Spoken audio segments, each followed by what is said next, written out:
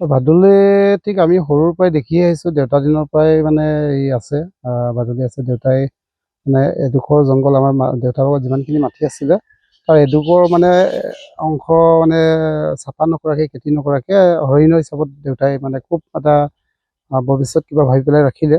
তো এইখিনিতে চাৰিওফালে বনানীকৰণ শেষ হৈ পেলাই গছ গছনি নাই চাৰিওফালে, ঠিক তেতিয়াৰ পৰাই মানে বাদুলি ইয়াত থাকিবলৈ আৰম্ভ কৰিলে।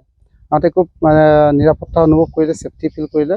তো তেতিয়াৰ পৰা বাঢ়ি আছে। তো আমি কেইটাও ভাই ককাই আমি দেউতা মৰি যোৱাৰ পিছতো আমি গছ গছনি ৰুই জংঘলটো অকণমান ভলিউম মানে যিটো আয়তন অলপমান ভৰাই আৰু বেছি তাৰমানে সিহঁতৰ বংশবৃদ্ধি হ'বলৈ ধৰিলে। অনুমানিক ঠিক তেনেকৈ হিচাপ কৰাটো সম্ভৱ নহয়, তথাপিও অনুমানিক প্ৰায় 20-25 হাজাৰ তেনেকৈ হ'ব। একেহাৰে কোৱাটো অলপ কঠিনেই হ'ব। ইমান বাদুলি আছে? হয়। এই বাদুলিখিনি ৰক্ষণাবেক্ষণ নিওঁতে ইয়াত কোনো দুষ্কৃতিকাৰী বা চোৰাং চিকাৰী ইয়াত আহে নেকি? আহে, নোহোৱা নহয়। দিনৰ ভাগত বিশেষকৈ যিহেতু বাদুলি আপোনাৰ নিশাচৰ প্ৰাণী, ৰাতি সিহঁতে চিকাৰ কৰে, দিনত ৰেষ্ট লয়। তো ৰেষ্ট লোৱাৰ সময়ত সিহঁতে চিকাৰী আহে। কিছুমান মানুহ আহে এনেকৈ লুকাই আহে, আৰু যেতিয়া সিহঁতে মাৰিবলৈ সোমাব, জংঘলত সোমাব, তেতিয়া সিহঁতে খুব ফুৰি যায়, মানে হুলস্থুল হৈ যায়। তেতিয়া গম পাওঁ আমি প্ৰটেকশ্যন দিওঁ এইখিনি। তাৰপিছত কিছুমান এনে চিকাৰীও আহে, ধৰক কিছুমান সভ্যভাৱে আহে, যে এনেকৈ লাগে ঔষধি চাপ লাগে কিবা ধৰণে তেনেকৈ আহে, মানে মাৰিম বুলি সিহঁতে পাৰ্মিশ্যন লয়।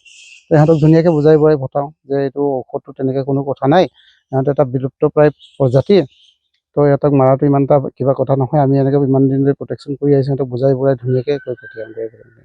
চৰকাৰী ঘৰৰ পক্ষৰ পৰা কিবা সহায় সুবিধা আপুনি পাইছেনে আজিলৈকে? সহায় সুবিধা তেনেকৈ বিশেষ পোৱা নাই, তথাপিও আহিছে, কেইবাবাৰো নিউজ কৰিছে, আমাৰ ৰিপৰ্ট যোনাই স্থানীয় সাংবাদিকসকলে আহিছে।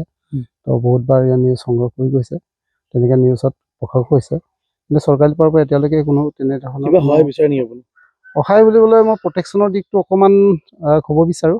চৰকাৰক অলপ অনুৰোধ জনাব বিচাৰোঁ যে প্ৰটেকশ্যনৰ ক্ষেত্ৰত যিহেতু দুষ্প্ৰাপ্য বুলি ক'ব লাগিব বাদুলি, তো আজি চাৰিওফালে কমি আহিছে, বন্যপ্ৰাণী জীৱ জন্তুবিলাক কমি আহিছে। এনেহেন স্থলত যে বাদুলি যে ইয়াত নিজে অনুভৱ মানে খুব মানে ছেফটি অনুভৱ কৰি সিহঁতে নিৰাপদ অনুভৱ কৰি আছে, গতিকে এইটো কিমান দিনলৈ নিৰাপদ হৈ থাকিব, তেনেকৈ এটা কুৱেশ্যন আহি যায়। গতিকে তেনে ক্ষেত্ৰত যিহেতু ঘৰত মানুহ নথকা অৱস্থাত হয়তো কোনোবাই মাৰি লৈ যায়, আমি গম নাপাওঁগৈ। গতিকে তেনে ক্ষেত্ৰত অলপমান নিৰাপত্তাৰ দিশটো অলপমান যদি আমি সংৰক্ষণ কৰাৰ ক্ষেত্ৰত অলপ মানে বেছি সুবিধাজনক হ'ব বুলি ভাবোঁ। এই ক্ষেত্ৰত চৰকাৰে যদি ফেঞ্চিং বা তেনে অলপ বেৰা জাতীয় তেনেকৈ ধৰক ব্যৱস্থা কৰি দিয়ে, এইখিনিয়ে চৰকাৰৰ প্ৰতি মোৰ সুবিধা হ'ব। কিমান বিঘা মাটি আপুনি এই বাদুলিসকলৰ কাৰণে আপোনালোকে সংৰক্ষণ কৰি ৰাখিছে?